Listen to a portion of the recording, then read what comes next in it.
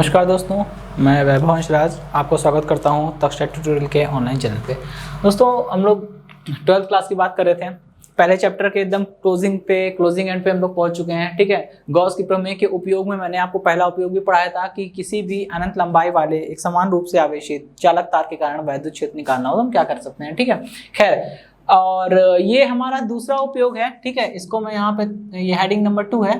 ठीक है, समझ लीजिएगा, यहाँ स्पेस नहीं है, मैं लिखना भूल गया। ठीक है, तो ये सेकंड एप्लीकेशन है, सेकंड उपयोग, दूसरा उपयोग। ठीक है, इसमें हम लोग करना क्या है, जैसे हमने पढ़ा था कि आवेश 3 प्रकार से वितरित हो सकता है ना। रेखीय आवेश, पृष्ठ पे आवेश वितरित होगा तो उसे बोलेंगे आवेशों का पृष्ठ वितरण, या वहां पे हम लोग सिग्मा कंसीडर करते हैं। ठीक है, पृष्ठ आवेश घनत्व। वैसे ही यहाँ पे क्या है, और अगर आयतन में वितरित होता है तो हम लोग आयतनीय आवेश घनत्व कंसीडर करते हैं, रो। ठीक है, यहाँ पे देखिए अब होना क्या है, यहाँ पे एक आवेशित चादर है। आपने एक प्लेट आप कोई भी समझ लीजिए, एक सरफेस ले लीजिए। सपोज करिए ब्लैक बोर्ड है, सॉरी ये बोर्ड जो है हमारा। ठीक है, ये बोर्ड पे हमने क्या किया, चार्जेस को डिस्ट्रीब्यूट कर दिया है। थोड़ा चार्ज यहाँ, थोड़ा चार्ज यहाँ, सब जगह चार्ज फैला हुआ है। ठीक है, और एक समान रूप से फैला हुआ है। समान रूप से फैले होने का मतलब ये होता है, ऐसा नहीं है कि इस कॉर्नर पे चार्ज ज्यादा है और यहाँ पे कम, बिल्कुल एक जैसा चार्ज का डिस्ट्रीब्यूशन क्या है, बिल्कुल एक जैसा है। ठीक है, तो उसको बोलते हैं समान रूप से आवेशित। ठीक है, अब यहां भी यही है, एक समान रूप से आवेशित एक प्लेट है। एक प्लेट के पास क्या होगा, एरिया होगा।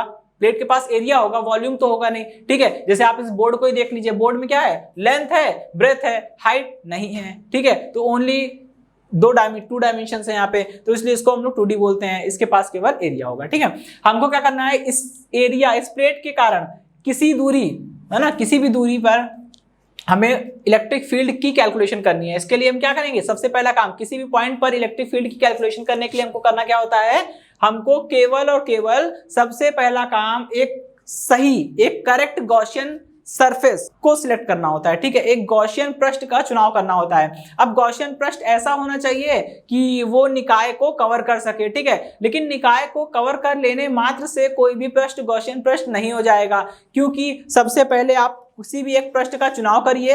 और जैसे आपने सपोज करिए एक पृष्ठ चुन लिया, ठीक है, चौकोर ले लीजिए, आयताकार ले लीजिए, त्रिभुजाकार, जैसा आपका मन करे ले सकते हैं। ठीक है, लेकिन हर पृष्ठ गॉसियन पृष्ठ नहीं हो सकता। सही गॉसियन पृष्ठ का अगर आप चुनाव कर पाएंगे तभी आप आगे बढ़ सकते हैं, अदरवाइज नहीं। अब क्वेश्चन ये उठता है कि कैसे सिलेक्ट करें सही गॉसियन पृष्ठ। ठीक है, तो कोई भी गॉसियन पृष्ठ अपने मन में लाइए और उसके बाद उस पर मेरी 2 बातें लगाइएगा जो मैं आपको बता चुका हूं। पहला कि उसके पृष्ठ के हर एक पॉइंट पे, ठीक है, या तो इलेक्ट्रिक फील्ड और एरिया वेक्टर के बीच का angle, that is angle between E and DS, या तो 0 हो या 90 हो। और जिस पोर्शन पे दोनों के बीच का एंगल 0 हो रहा हो, उस पूरे सरफेस पे इलेक्ट्रिक फील्ड कांस्टेंट होनी चाहिए। ये 2 बातें जिस भी पृष्ठ पर, जिस भी सरफेस पर अप्लाई हो जाएगी, वो पृष्ठ हमारा बिल्कुल ही सही होगा। वो गॉसियन पृष्ठ को, मतलब उस पृष्ठ को हम लोग गॉसियन पृष्ठ की तरह कंसीडर कर सकते हैं। ठीक है, चलिए यहाँ पे देखिए क्या है, यहाँ पे एक प्लेट है। अब प्लेट वर्गाकार हो सकती है, आयताकार हो सकती है, इससे फर्क नहीं पड़ता। अगर ये वर्गाकार है तो हमने भी एक घनाभ के आकार का क्या कर लिया, एक घनाभ के आकार का हमने पृष्ठ ले लिया। ठीक है, ये हमारा गॉसियन पृष्ठ है जो मैंने एक्सटेंडेड फॉर्म में खींच रखा है ना, ये गॉसियन पृष्ठ, और ये हमारी प्लेट है। ठीक है, अब क्या है, ये देखिए इसमें कितने सरफेस हैं, घनाभ है, 6 सरफेस होते हैं। ठीक है, सॉरी 6 कह रहा हूं, 8 होते हैं। ठीक है, देखिए 1 2 3 4 5 6। ठीक है, हाँ, अब देखिए इसमें क्या है, ये वाला सरफेस ये बनाया है, ये वाला सरफेस इधर बनाया है। ठीक है, और ये वाला सरफेस, ये वाला और पीछे वाला, ये जो 4 सरफेस है, ये चारों सरफेस ऐसे बनाए हुए मैंने। ठीक है, लेकिन मैंने केवल 3 जगह पॉइंट लिए हैं। ठीक है, 3 जगह एरिया वेक्टर लिए हैं, सॉरी एरिया एलिमेंट लिए हैं। ठीक है, क्षेत्रफल अवयव। ठीक है, एरिया वेक्टर, एरिया एलिमेंट मतलब क्षेत्रफल अवयव। ठीक है, यहाँ पे लिया है, इस वाले सरफेस पे लिया है, इस वाले सरफेस पे लिया है, और यहाँ पे लिया है। इन 3 सरफेस पे इसलिए नहीं लिया क्योंकि यहाँ पे अगर आप एक छोटा सा एलिमेंट लेंगे, चाहे यहाँ पे लीजिए चाहे यहाँ पे लीजिए, बात वही आनी है। ठीक है, मेरे कहने का मोटिव, पर्पस केवल इतना होता है कि देखिए आप यहाँ पे इसके टॉप फ्लोर पे, इसके टॉप सरफेस पे मैंने क्या किया, छोटा सा एक एलिमेंट ले लिया। इस एलिमेंट पे एरिया वेक्टर जो है बिल्कुल अपवर्ड है। ठीक है, ये रहा एरिया वेक्टर, बिल्कुल ऊपर की ओर है। और इलेक्ट्रिक फील्ड देखिए, ये प्लेट पॉजिटिवली चार्ज है, तो पॉजिटिवली चार्ज प्लेट या फिर पॉजिटिव चार्ज की वजह से किसी पॉइंट पे जो इलेक्ट्रिक फील्ड होती है वो अवे फ्रॉम दी चार्ज, तो दूर की ओर होगी, तो ये इलेक्ट्रिक फील्ड की डायरेक्शन हो गई। ठीक है, इतनी बात समझ में आ गई। यही काम, बिल्कुल यही चीज अप्लाई होगी अगर आप यहाँ पे एक छोटा सा एक एलिमेंट ले लेंगे, उसमें भी क्या होगा, एरिया वेक्टर बाहर हो जाएगा, इलेक्ट्रिक फील्ड ऐसे हो जाएगी, एंगल 90 का ही बनेगा। यही काम इसके लिए होगा, यही काम इसके लिए होगा, इसलिए मैंने केवल एक जगह लिया है, ठीक है। यहाँ और यहाँ पे अलग अलग इसलिए लिया है क्योंकि एक्चुअली दोनों जगह बाई सिमेट्री, दोनों सेम है, दोनों का रिजल्ट सेम ही आएगा, लेकिन फिर भी क्या हुआ, मैंने यहाँ पे और यहाँ पे इसको इसलिए ले लिया क्योंकि यहाँ पे भी एंगल 0 है, यहाँ पे थीटा कितना है 0, यहाँ पे थीटा कितना है, यहाँ पे 90 है, ठीक है, और यहाँ भी 0। चलिए अब हम अपना काम स्टार्ट करते हैं, ठीक है। सबसे पहले हमको करना क्या है, अब इतना तो हम बता ही सकते हैं, जो जो दिख रहा है कि भाई एक प्लेट है, उसको मैंने एक घनाभ के आकार के गॉसियन पृष्ठ से कवर कर दिया है, इसमें हमने 3 छोटे से क्षेत्रफल अवयव यानी एरिया एलिमेंट लिए हैं, इसको हमने बोल दिया ds1, ये ds2, ये ds3। ds1 में e1 और ds1 के बीच का एंगल कितना है 0, और e2 और ds2 के बीच का एंगल भी 0 है, जबकि e3 और ds3 के बीच का एंगल कितना है 90 है, ठीक है। इतनी बात समझ में आ गई। अब आपको ये निकालना है कि संपूर्ण गॉसियन पृष्ठ से निर्गत कुल फ्लक्स, ठीक है। तो संपूर्ण गॉसियन पृष्ठ से निर्गत कुल फ्लक्स, संपूर्ण गॉसियन पृष्ठ से निर्गत कुल फ्लक्स, ठीक है, कितना हो जाएगा phi E is equal to, कैसे मिलेगा, surface integral of E1 ds1 E2 ds2, ये दोनों वेक्टर है और मैं वेक्टर का डॉट किया हूं, ठीक है, और surface integral of E3 ds3, ठीक है, क्योंकि आपको फ्लक्स निकालने के लिए E डॉट ds करना ही पड़ता है, जो इस छोटे से अवयव से गुजर रहा होगा फ्लक्स वो होगा d फाई ई, इतने छोटे से अवयव से गुजरने वाला flux d phi is equal to E dot ds होगा, ठीक है। और यहाँ पे E1 ds1 है तो हमने E की जगह E1 कर दिया, ds की जगह ds1 कर दिया, ठीक है। और जब आप इसका केवल इस वाले पृष्ठ से गुजरने वाला टोटल फ्लक्स निकालना चाहेंगे तो क्या होगा, इसका आपको इंटीग्रेशन करना पड़ेगा, और जब आप इसका इंटीग्रेशन कर देंगे तो केवल इस पृष्ठ से निकलने वाला कुल फ्लक्स आएगा, और इधर इंटीग्रेशन किया है तो इधर भी इंटीग्रेशन कर देंगे, ये हो जाएगा E1 डॉट ds1, ठीक है। और ये चीज इतना कंट्रीब्यूशन होगा इसकी वजह से, इतना कंट्रीब्यूशन होगा इसकी वजह से, और इतना कंट्रीब्यूशन होगा इसकी वजह से, ठीक है। चलिए, और अब आपके मन में एक क्वेश्चन उठ रहा होगा कि ये वाला कंट्रीब्यूशन अगर हम निकालेंगे तो ये तो केवल अपर सरफेस से होकर गुजरने वाले फ्लक्स को बताएगा, यस, लेकिन इन तीनों को हमने नहीं लिया क्योंकि मैं जानता ही हूं, क्योंकि यहाँ ये 90 हो रहा है, 90 मतलब cos 90, क्योंकि E डॉट ds करेंगे तो आएगा E ds cos थीटा, और यहाँ थीटा 90 है तो cos 90 0। तो जब इस टॉप फ्लोर से, इस टॉप सरफेस से गुजरने वाला फ्लक्स 0 है तो सेम इससे भी गुजरने वाला 0 हो जाएगा, इससे भी और इससे भी 0 हो जाएगा, तो मतलब ही नहीं रहा कुछ, ठीक है। तो ये चीज समझ में आ गई इतनी। चलिए, अच्छा, तो अब बात करते हैं इसके बारे में लोग, ठीक है। यहाँ इसको थोड़ा सा एक्सपेंड कर लेते हैं, ये S E1 कितना है, ये इसको हमने बोल दिया E1 ds1 cos theta, cos 0 है ना यहाँ पे, तो cos एक्चुअली इसके लिए बात कर रहे हैं हम लोग, यहाँ पे मैं cos थीटा रखना है, यहाँ थीटा 0 तो हमने 0 कर दिया, ठीक है। प्लस इधर आते हैं, ठीक है, सरफेस इंटीग्रल, यहाँ पे मैं नीचे S लिख रहा हूँ, मतलब ये सरफेस इंटीग्रल है, ठीक है। और ये कितना हो जाएगा, ये हो जाएगा हमारा E2 ds2, और इसके लिए कितना हो जाएगा cos 0, ठीक है। प्लस अब देखिए इसके लिए बात करते हैं, ठीक, इसके लिए E3 ds3 और हमारा ये cos 90, ठीक है, cos 90, क्योंकि वहां उसके लिए बात कर रहे हैं ना, थर्ड वाले के लिए बात कर रहे हैं, तो यहाँ पे एंगल कितना है हमारा 90, तो ये 90 हो गया, ठीक है। ये 0 हो जाएगा, ये बचे रहेंगे, ठीक। अब देखिए E1 कहाँ है, इस वाले पृष्ठ पर आ जाइए, इस वाले पृष्ठ पर आप कहीं भी घूमेंगे इलेक्ट्रिक फील्ड कांस्टेंट रहेगा, क्योंकि इलेक्ट्रिक फील्ड की जो स्ट्रेंथ या वैल्यू होती है वो क्या, वो केवल डिस्टेंस पर डिपेंड करती है, और आप खुद समझ सकते हैं कि आप इस पृष्ठ पे कहीं भी घूमेंगे इसकी इस प्लेट से डिस्टेंस कांस्टेंट रहेगी, तो E की वैल्यू तो फिक्स हो गई, सेम यहाँ पे इधर E2 की वैल्यू भी फिक्स हो जाएगी, तो यहाँ पे E1 और E2 दोनों कांस्टेंट्स हैं, इंटीग्रेशन से बाहर आ जाएंगे, और ये कितना बन जाएगा, ये बन जाएगा हमारा E1 और इंटीग्रल ऑफ ds1, ये 1 हो गया है ना, cos 0 1, ठीक, और सेम यहाँ पे हो जाएगा E2 बाहर आ जाएगा और इंटीग्रल ऑफ ds2, और इधर देखिए ये तो 0 हो जाएगा क्योंकि cos 90 0, ठीक है। यहाँ लिख दे रहा हूं मैं, सिंस cos 90 goes to 0, इसलिए पूरा 0, ठीक है। चलिए, अब कितना बचा, यहाँ पे देखिए आपको ये समझ में आ रहा होगा, ये बिल्कुल बीच में है, प्लेट बिल्कुल बीच में है, जितनी डिस्टेंस प्लेट से इस वाले कॉर्नर की है उतनी डिस्टेंस प्लेट से इस वाले कॉर्नर की है, दोनों की डिस्टेंस सेम है, तो बाई सिमेट्री इलेक्ट्रिक फील्ड भी सेम होगी, यानी E1 is equal to E2, और आपको दिख रहा है ये परफेक्ट घनाभ है, तो इसका इस वाले फेस का एरिया इज इक्वल टू इस वाले फेस का एरिया, क्योंकि घनाभ अगर रेगुलर है है, अगर रेगुलर शेप में घनाभ है तो उसके सामने सामने के जो सरफेसेस होते हैं उसके एरिया हमेशा बराबर होते हैं, इसलिए area of this and this surface ये दोनों बराबर हो जाएंगे। ठीक है, तो ये ds1 और ds2 का जब आप इंटीग्रेशन करेंगे तो वो भी एक कांस्टेंट वैल्यू देगा। ठीक, तो यहाँ पे देखिए मैं एक नोटेशन लिखने जा रहा हूं कि E1 is equal to E2 है। ठीक है, और हमको पता चल गया कि जब हम इंटीग्रेशन करेंगे ds1 का तो क्या मिलेगा, इस वाले पृष्ठ का पूरा क्षेत्रफल मिल जाएगा। जब हम इंटीग्रेशन करेंगे ds2 का तो इस वाले पृष्ठ का पूरा क्षेत्रफल मिल जाएगा, और ये दोनों आपस में बराबर हैं। और हमको पता है जब E1 E2 बराबर है, इंटीग्रल ऑफ ds1 ds2 बराबर है, तो हम क्या करेंगे, इन दोनों को एक कांस्टेंट वैल्यू के नाम दे देंगे। इसको नाम दे दिया हमने E1 E2 बराबर है, ये बराबर हो गया E के, ds1 ds2 बराबर है, ये बराबर हो गया S के।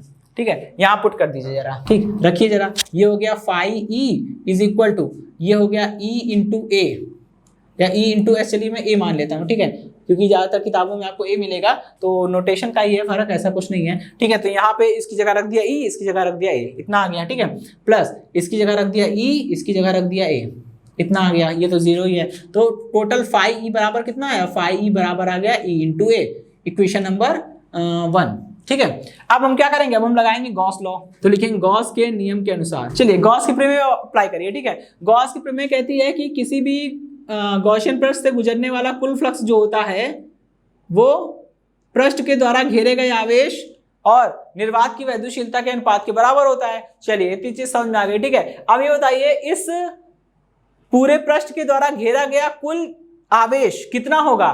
देखिए इस पृष्ठ के द्वारा घेरे गए आवेश का मान निकालना है, तो आपको करना कुछ नहीं है, बस इस प्लेट पर टोटल कितना चार्ज है ना वही निकाल लीजिए। क्योंकि देखिए इस पूरे पृष्ठ के अंदर अगर कहीं आवेश दिख रहा है तो वो इस प्लेट पर ही दिख रहा है, प्लेट के अगल बगल कहीं एक्स्ट्रा कोई आवेश नहीं दिख रहा है। इसका मतलब पृष्ठ के द्वारा घेरा गया कुल आवेश निकालना है, तो इस प्लेट पर, इस चादर पर जितना भी आवेश है सब हमें पता चल जाए, काम हो जाएगा। ठीक है, अब देखिए जब इस वाले इस घनाभ ने क्या किया, इस प्लेट को बिल्कुल परफेक्ट इनक्लोज कर रखा है। ठीक है, तो इसके इस वाले पृष्ठ का क्षेत्रफल जो हमने A माना है वही क्षेत्रफल इस प्लेट का भी होगा। ठीक है, और आपको पता है प्लेट के लिए हम लोग सिग्मा पढ़ते हैं, पृष्ठ आवेश घनत्व। तो पृष्ठ आवेश घनत्व तो बराबर होता है प्लेट को दिया गया कुल आवेश अपॉन प्लेट का क्षेत्रफल। तो यहाँ से Q बराबर कितना निकल आएगा, सिग्मा इंटू A, सिंपल। ठीक है, यहाँ पे हम इसको रख देंगे। ठीक, ये इक्वेशन नंबर, यहाँ पे हम इक्वेशन नंबर 2 मान ले रहे हैं, क्योंकि अभी थोड़ा सा उसका स्पेशल केस लगाएंगे तो आगे जरूरत पड़ेगी। ठीक है, तो phi E बराबर कितना आ गया, ये आ गया सिग्मा इंटू A।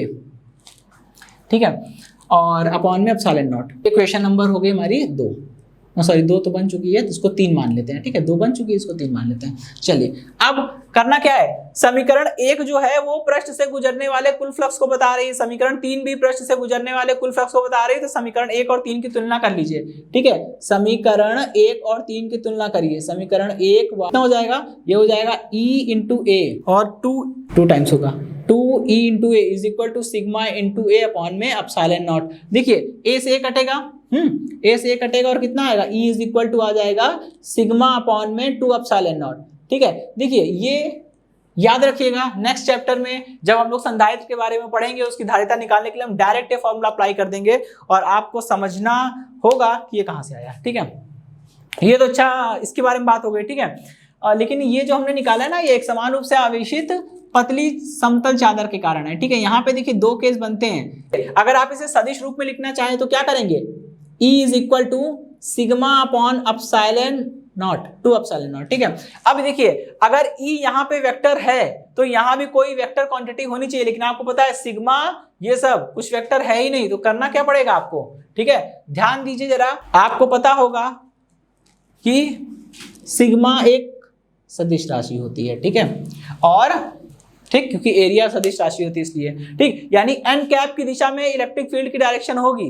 ठीक, एन कैप की दिशा में इलेक्ट्रिक फील्ड की डायरेक्शन होगी जब ये पॉजिटिव चार्ज होगा। अगर निगेटिव चार्ज जाएगा तो सिग्मा की जगह माइनस सिग्मा रख देंगे। और अगर सपोज करिए प्लेट जो है वो निगेटिवली चार्ज है, अगर निगेटिवली चार्ज प्लेट होगी यहाँ माइनस रख देंगे, तो ये बता रहा है कि इलेक्ट्रिक फील्ड जो है वो एन के अपोजिट है। 11वीं क्लास की चीज है, 11वीं क्लास में मैंने बताया, 11वीं क्लास के लेक्चर में है, क्लास में आपने पढ़ा होगा कि वेक्टर ए अगर कहीं लिखा हो vector A is equal to minus vector B, या vector A is equal to minus into C into B, some constant time another vector. ठीक है, इसका मतलब होता है कि ए जो है वो बी के कुछ ए का परिमाण बी के परिमाण का सी गुना है और डायरेक्शन अपोजिट है दोनों की, ठीक है, बिकॉज यहाँ निगेटिव साइन लगा, वही केस कुछ यहाँ बन रहा है। अगर ये निगेटिवली चार्ज होगा तो इसका मतलब ई की डायरेक्शन जो है वो आउटवर्ड ड्रॉन नॉर्मल यानी कि ds कैप के डायरेक्शन के जस्ट अपोजिट है, अंदर की ओर होगा, ठीक है।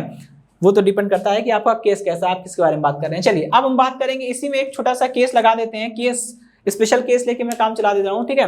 हाँ, केस 1, ठीक है। मोटी चादर के लिए देखिए क्या होगा, देखिए आप इसको ऐसे समझ सकते हैं, कहेंगे हम बोलने वाले हैं कि मोटी चादर में 2 पृष्ठ होते हैं और पतली चादर में 1 पृष्ठ होते हैं। सुन के थोड़ा सा अजीब लग रहा होगा, तो आप इसको ऐसे समझ सकते हैं, आप सपोज करिए आपके पास एक कागज का पन्ना है, बहुत पतला है, आप उसमें पेन से थोड़ा सा उसमें होल करिए या किसी भी चीज से आप होल करिए, तो ऐसा हो सकता है क्या कि पृष्ठ का एक सरफेस पे आप होल करते हैं, दूसरे सरफेस पे होल ना हो? ऐसा तो पॉसिबल नहीं है, क्योंकि बहुत ही पतला पन्ना होता है वो, आपने इधर पिन कोई तुरंत पार हो गई, ठीक है। तो पतले चादर में या पतले पेज का एग्जांपल लेके मैं समझा रहा था, तो उसमें एक ही पृष्ठ होता है, ठीक है। तो जो भी आवेश होगा वो केवल एक पृष्ठ पर वितरित होगा।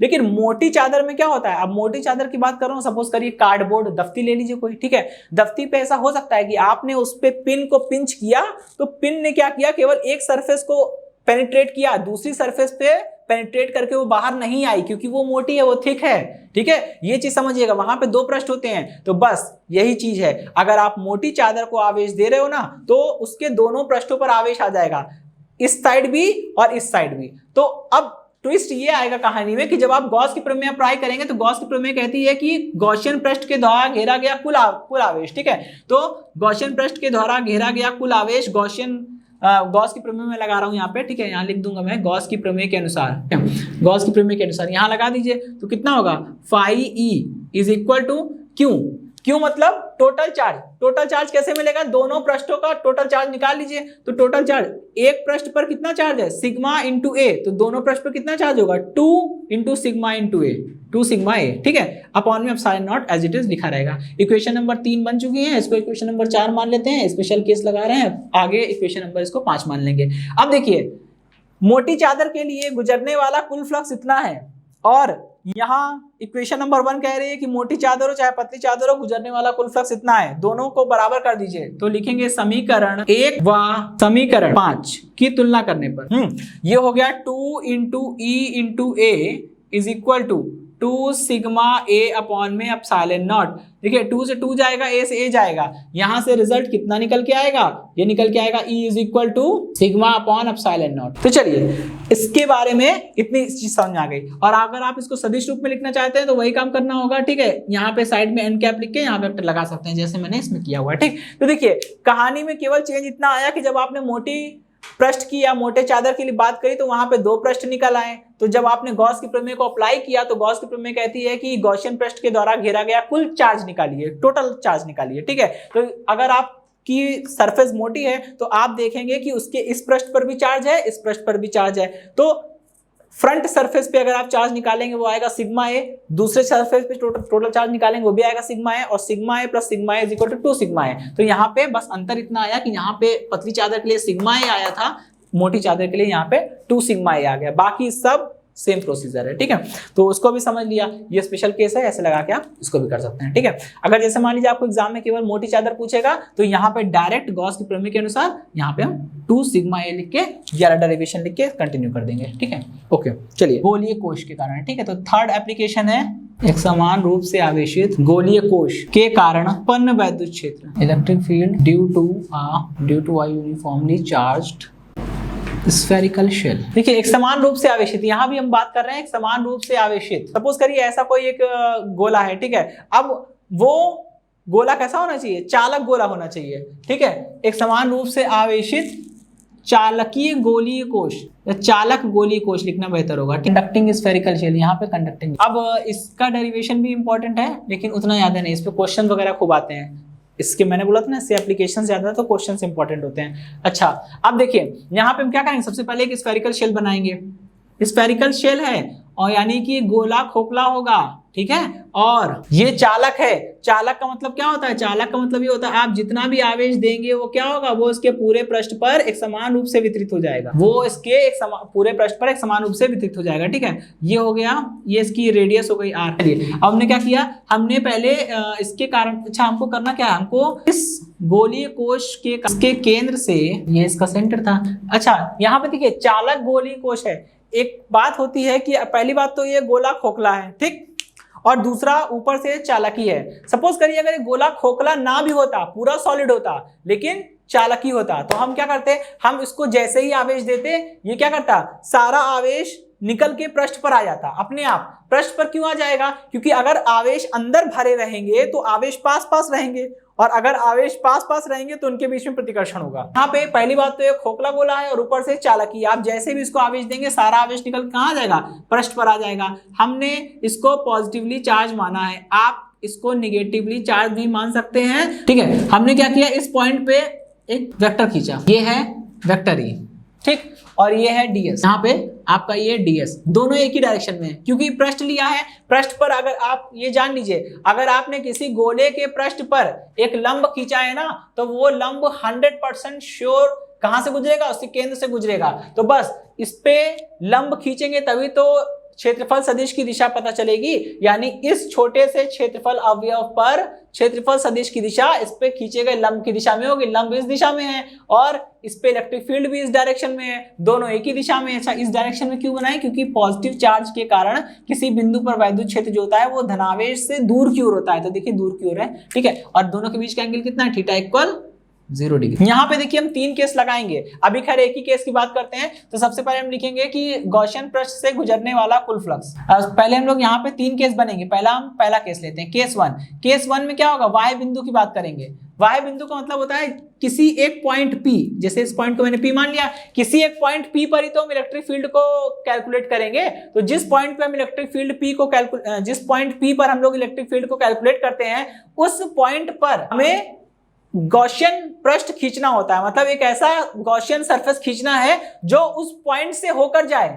ये देखिए पॉइंट है हमारा यहाँ पे, तो गॉसियन पृष्ठ ऐसा खींचेंगे जो इस पॉइंट P को पास करता हो जाए, ठीक। अगर मान लीजिए हम आंतरिक बिंदु की बात करेंगे तो इसका मतलब यही पॉइंट P उठ के कहाँ आ जाएगा, अंदर आ जाएगा। और जब पॉइंट P अंदर आ गया है तो अब गॉसियन पृष्ठ भी छोटा लेना पड़ेगा जो इस वाले पॉइंट P से होके पास आउट हो, ठीक है। इस चीज का ध्यान रखिएगा। वाह्य बिंदु पर, बिंदु के लिए क्या होगा भैया, वाह्य बिंदु के लिए ये पॉइंट बाहर होगा, और जब पॉइंट बाहर होगा, देखिए पॉइंट की केंद्र O से पॉइंट की डिस्टेंस ही तो है स्मॉल r, और जब पॉइंट बाहर होगा तो इसका मतलब r की वैल्यू कैपिटल R से ज्यादा हो जाएगी, ठीक है। क्योंकि जब पॉइंट बाहर होगा तो कैपिटल R से ज्यादा हो जाएगी स्मॉल r की वैल्यू। स्मॉल r क्या है, बिंदु की केंद्र से दूरी, और कैपिटल R क्या है, गोले की त्रिज्या, गोलीय कोश की त्रिज्या, ठीक है। वाह्य बिंदु पर बात करते हैं, ठीक है। तो लिखेंगे गॉसियन पृष्ठ से गुजरने वाला कुल फ्लक्स। चलिए कितना हो जाएगा, phi E is equal to integral E dot ds, ठीक है। यहाँ पे आप इसे ओपन करिए, कितना आएगा, ये आएगा surface integral of E ds और cos 0, ठीक है भाई, cos 0, और cos 0 होता है 1, तो उसका कोई मतलब भी नहीं है। चलिए तो कितना आ जाएगा ये E।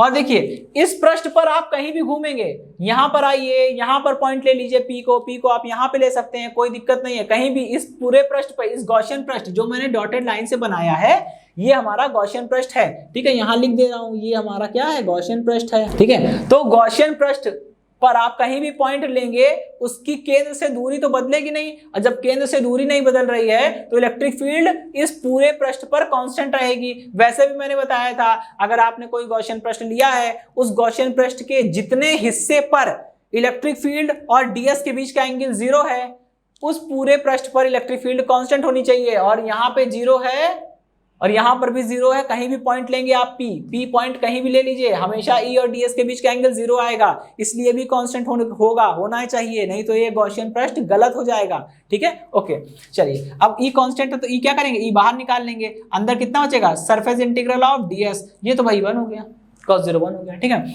अब ये ds का इंटीग्रेशन करेंगे, ds इसका क्षेत्रफल है, इस क्षेत्रफल अवयव का क्षेत्रफल है। जब आप इसका इंटीग्रेशन करेंगे तो पूरे पृष्ठ का क्षेत्रफल मिलेगा, और पूरे पृष्ठ का क्षेत्रफल, इस गोलीय कोश का पृष्ठ क्षेत्रफल कितना होता है, इस गोलीय कोश का पृष्ठ क्षेत्रफल ये हो जाएगा E इंटू 4 पाई r स्क्वायर, ठीक है, इक्वेशन नंबर 1।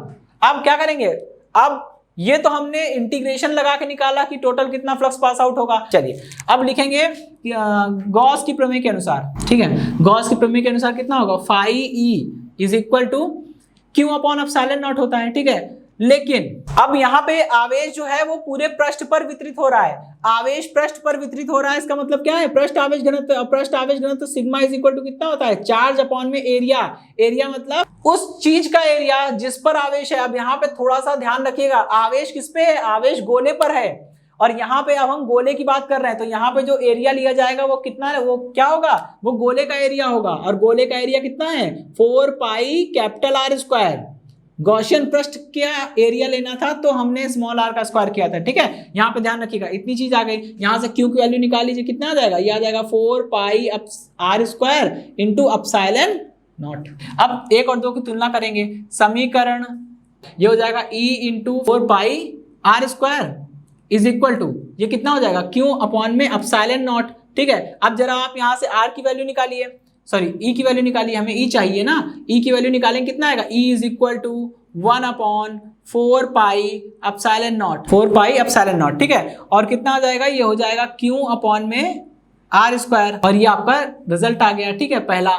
अच्छा, अब इस फॉर्मूले को जरा ध्यान से देखिए, इस फॉर्मूले को ध्यान से देखिए, और आप ये बताइए, अगर ये पूरा आवेश, सपोज करिए, कल्पना करिए, अगर ये पूरा आवेश पृष्ठ पर ना होके गोलीय कोश के केंद्र पर होता तो भी तो पॉइंट P पर इलेक्ट्रिक फील्ड की वैल्यू इतनी आती, क्योंकि बिंदु आवेश के कारण किसी बिंदु आवेश के कारण आवेश से स्मॉल r दूरी पर स्थित किसी दूसरे बिंदु पर वैद्युत क्षेत्र की तीव्रता का मान कितना होता है, 1/4 pi epsilon naught q upon r square, ठीक है। तो वही चीज आ जाएगी ना, इसका मतलब अगर पूरा आवेश केंद्र पर केंद्रित मान लिया जाए तो भी इलेक्ट्रिक फील्ड की वैल्यू इतनी आएगी। इसका मतलब यह है कि आप ऐसा महसूस कर सकते हैं, ऐसा समझ सकते हैं, अपने दिमाग में ऐसे अजम्पशंस बैठा सकते हैं कि अगर किसी गोलीय कोश के कारण y बिंदु पर तीव्रता निकालनी हो तो समझ लीजिए कि गोलीय कोश पर जो आवेश है वो उसके पृष्ठ पर ना होके सारा आवेश इसके केंद्र पर है, ठीक है। ओके, एक फॉर्मूला तो ये हो गया, एक फॉर्मूला ये भी हो सकता है, अगर मैं Q की जगह ये रख दूं तो क्या हो जाएगा, Q की जगह ये रख दूंगा तो देखिए ये हो जाएगा E is equal to 1/4 pi epsilon naught into Q की जगह रखेंगे 4 pi R square into sigma upon में कितना है, ये है आर स्क्वायर। देखिए 4 पाई से 4 पाई कटेगा, ठीक है, कितना आ जाएगा, ये आ जाएगा E is equal to R square sigma upon में स्मॉल आर स्क्वायर और एप्सिलॉन नॉट ये भी रहेगा, ठीक है। ओके, तो ये दोनों ही फॉर्मूले एक ही चीज है, एक्चुअली में बस इसका रूप बदला है, फॉर्मूला नहीं, ठीक है, वो एक ही है। अगर आपको sigma capital R small R देख के कैपिटल ई पूछेगा तो ये लगा लेंगे, अदरवाइज ये तो रहेगा ही, ठीक है। तो जैसी जरूरत वैसा फॉर्मूला। चलिए पहला केस हो गया, अब हम बात करते हैं दूसरे केस की, ठीक है। तो दूसरे केस के लिए अब हम बात करेंगे पृष्ठ पर, बिंदु पर था, अब ये पृष्ठ पर होगा, पृष्ठ पर। अब इसके लिए कंडीशन क्या होगी, कंडीशन को ऐसे समझिए कि अगर पृष्ठ पर मतलब पृष्ठ पर क्षेत्र निकालना है तो बिंदु P को उठा के कहां पे लाना पड़ेगा, पृष्ठ पर लाएंगे, और जब बिंदु P पृष्ठ पर आ जाएगा, देखिएगा यहां से लेकर यहां तक की डिस्टेंस होती है r, ठीक है, यहां से लेकर बिंदु P की डिस्टेंस होती है r। अगर ये बिंदु पृष्ठ पर आ गया तो स्मॉल r कैपिटल R के बराबर नहीं आ जाएगा, क्योंकि ये डिस्टेंस रहेगी, ये पॉइंट अगर यहाँ पे आ जाएगा तो हम ये डिस्टेंस लेंगे ना केवल यहाँ तक की, और ये डिस्टेंस स्मॉल r और यही तो कैपिटल R है, मतलब दोनों बराबर हो जाएंगे। तो पृष्ठ पर इसके लिए केस क्या बनेगा, small r is equal to capital R, ठीक है। चलिए अब देखिए गॉसियन पृष्ठ से निर्गत कुल फ्लक्स यही होगा, ठीक है। अंतर क्या आएगा, बस यहां तक भी सेम चलेगा। इसके लिए देखिए अब यहाँ पे गॉसियन पृष्ठ भी यही है, और जिस पृष्ठ पर आवेश वितरित हो रहा है वो भी गोलीय कोश का पृष्ठ है, ठीक है। तो करना क्या है, यहाँ पे अब इसका क्षेत्रफल लेंगे, इस पृष्ठ का क्षेत्रफल लेंगे, कितना है 4 पाई आर स्क्वायर, ठीक। अब गॉस की प्रमेय लगाएंगे, गॉस की प्रमेय के अनुसार, गॉस की प्रमेय क्या कहती है, गॉस की प्रमेय कहती है कि phi E is equal to Q upon epsilon naught, ठीक है। तो चलिए ये क्वेश्चन नंबर हो गया 2। अब 1 और 2 को कंपेयर कर लीजिए, समीकरण 1 व 2 की तुलना कर लीजिए, समीकरण 1 व समीकरण 2 की तुलना करने पर करिए जरा, कितना हो जाएगा, E is equal to 1/4 pi epsilon naught into Q upon में आर स्क्वायर। अब यहाँ भी वही चीज आ गई जो मैंने पहले वाले में बताया था, वही चीज आ गई। सपोज करिए आप पृष्ठ पर क्षेत्र निकाल रहे हैं, ठीक है, पृष्ठ पर क्षेत्र निकालने के लिए P को यहाँ उठा लाएंगे, ठीक है, तो स्मॉल r बराबर कैपिटल R हो जाएगा, दैट इज ओके। इसमें चेंजेस क्या होंगे, अब फिर वही बात आ गई। सपोज करिए ये पूरा आवेश पृष्ठ पर केंद्रित ना होके सेंटर पर है, अगर पूरा आवेश सेंटर पर होगा तब भी तो पृष्ठ पर इतना ही क्षेत्र उत्पन्न होगा, 1/4 pi epsilon naught Q upon R square. R होता है आवेश और बिंदु के बीच की दूरी, तब भी तो इतना ही आएगा, ये आ गया। और यही चीज आप पहले वाले फर्स्ट केस में जो हमने रिजल्ट निकाला था, फर्स्ट वाले केस में रिजल्ट कितना आया था? फर्स्ट वाले केस में रिजल्ट आया था 1/4 pi epsilon naught Q upon में स्मॉल आर स्क्वायर, यही तो आया था। अब अगर हम पृष्ठ की बात करेंगे तो पृष्ठ के लिए क्या होता है भैया? Small R is equal to capital R, यहां पे रख दीजिए, स्मॉल आर की को रिप्लेस कर दीजिए कैपिटल आर से। देखिए ये फॉर्मूला किसमें रिप्लेस हो जाएगा? E is equal to 1/4 pi epsilon naught into Q upon में आर स्क्वायर। और यही चीज लौट के आ गई, तो क्या दिक्कत है ना? चलिए ये बात समझ में आ गई। और इसका एक दूसरा फॉर्मूला भी था, इसका एक दूसरा फॉर्मूला भी था, ठीक है। वो क्या था? वो फॉर्मूला ये था कि capital R square sigma upon में 4 नहीं था, epsilon naught into small R square, ठीक है, ये था। अब यही चीज अप्लाई करिए, स्मॉल आर बराबर कैपिटल आर, ठीक है, ये अप्लाई करिए, स्मॉल आर को बदल दीजिए कैपिटल आर से, तो क्या होगा? जैसे ही आप यहाँ पे स्मॉल आर की जगह कैपिटल आर रखेंगे दोनों कट जाएगा, और कितना आ जाएगा? ये आ जाएगा सिग्मा अपॉन, ठीक है। क्योंकि ऐसा इसलिए कर रहे हैं, क्यू बराबर कितना निकाला था हमने पहले वाले में हमने निकाला था क्यू। देखिए क्यू क्या है? क्यू मतलब टोटल चार्ज।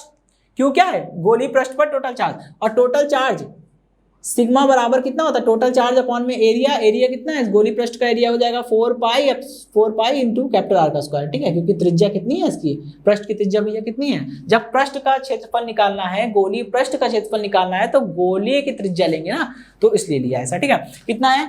क्यू बराबर 4 pi R square into Q है, यहाँ पे आप रख दो, ठीक है। सॉरी, ये तो क्यू की वैल्यू सिग्मा, यहाँ पे सिग्मा आएगा ना, ये ठीक है सिग्मा। अब आप इसको यहाँ पे रख दीजिए तो कितना आ जाएगा? देखिए वही चीज आ जाएगी जो मैं बता रहा था। इसका मतलब क्या हुआ? केस 1 में और केस 2 में दोनों में क्या है? काफी समानता है। अगर आप केस 1 को याद कर लीजिए और केस 2 आपको अपने आप याद हो जाएगा। ये देखिए कट गया, कितना आया? E is equal to sigma upon epsilon naught, ये लीजिए।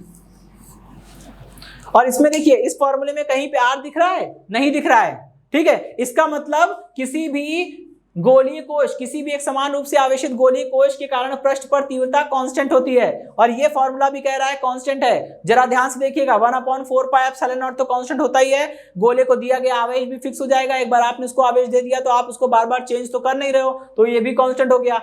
इस एक कैपिटल आर क्या है? कैपिटल आर है इसकी त्रिज्या। भाई गोले की त्रिज्या घटेगी बढ़ेगी थोड़ी ना, इसका मतलब सब कांस्टेंट है। यानी ये फॉर्मूला भी कह रहा है कि किसी भी एक समान रूप से आवेशित चालक गोलीय कोश के कारण पृष्ठ पर उत्पन्न, गोले के पृष्ठ पर उत्पन्न वैद्युत क्षेत्र का मान कांस्टेंट होता है, और ये फॉर्मूला भी आपको यही बता रहा है, ठीक है।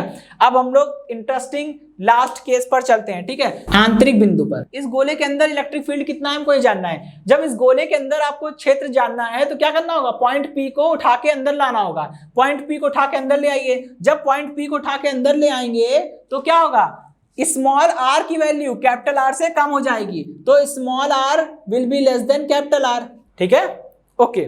चलिए अब इस केस में क्या होगा? गॉसियन पृष्ठ से निर्गत कुल फ्लक्स, गॉसियन पृष्ठ से निर्गत कुल फ्लक्स कितना हो जाएगा? सेम चलेगा, surface integral of E dot ds, ठीक है, और आप यहां से इसको ओपन भी कर लेंगे, ठीक है। कितना आएगा? Surface integral of E ds, और ये हो गया हमारा कॉस थीटा, लेकिन थीटा कितना होगा? थीटा तो हमारा 0 ही होगा, ठीक है, और ये पूरा आपका 1 हो जाएगा। आप इसे बाहर भी निकाल लोगे, आपका इतना आ जाएगा E इंटू 4 पाई और स्मॉल आर का स्क्वायर है, जहां स्मॉल आर क्या है?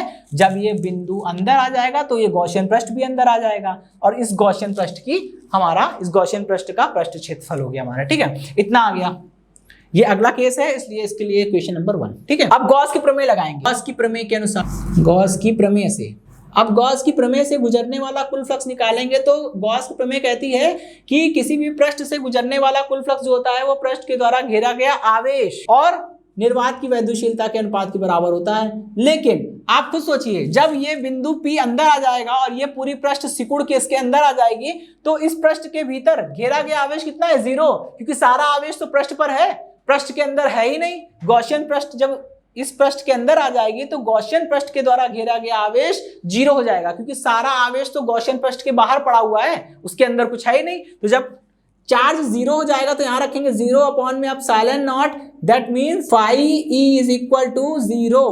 और ये समीकरण नंबर 2, समीकरण 1 और 2 की तुलना कर लीजिए, ठीक है। समीकरण 1 व समीकरण 2 की तुलना करने पर, समीकरण 1 व समीकरण 2 की तुलना करने पर करिए भाई जरा। देखिए तुलना करेंगे तो कितना आएगा, ये होगा E into 4 pi R square is equal to 0, और इसका मतलब ये निकल के आता है कि E इज इक्वल टू, यानी इंटरनल पॉइंट पे इलेक्ट्रिक फील्ड 0 होगी, at surface electric field constant होगी, और आउटसाइड आउटवर्ड जितनी भी इलेक्ट्रिक फील्ड होगी वो वेरी करेगी विद 1/r²। ठीक है, ओके तो इसके लिए अब इसको मैं रफ करके एक छोटा सा एक डायग्राम, एक ग्राफ खींच देता हूं। ये है हमारी एक्स एक्सिस, ठीक है, एक्स एक्सिस पे हम क्या लेंगे, एक्स एक्सिस पे हम डिस्टेंस लेंगे, ठीक है, एक्स एक्सिस पे हम क्या लेंगे, डिस्टेंस लेंगे, स्मॉल r, ओके, और वाई एक्सिस पे हम क्या लेंगे, वाई एक्सिस पे हम इलेक्ट्रिक फील्ड लेंगे, ठीक है। जब डिस्टेंस यहां पे देखिए, जब एक्स एक्सिस पे 0 है, एक्स एक्सिस पे 0 है, हमने एक्स एक्सिस पे बनाया क्या है, r, जब r 0 है यानी कि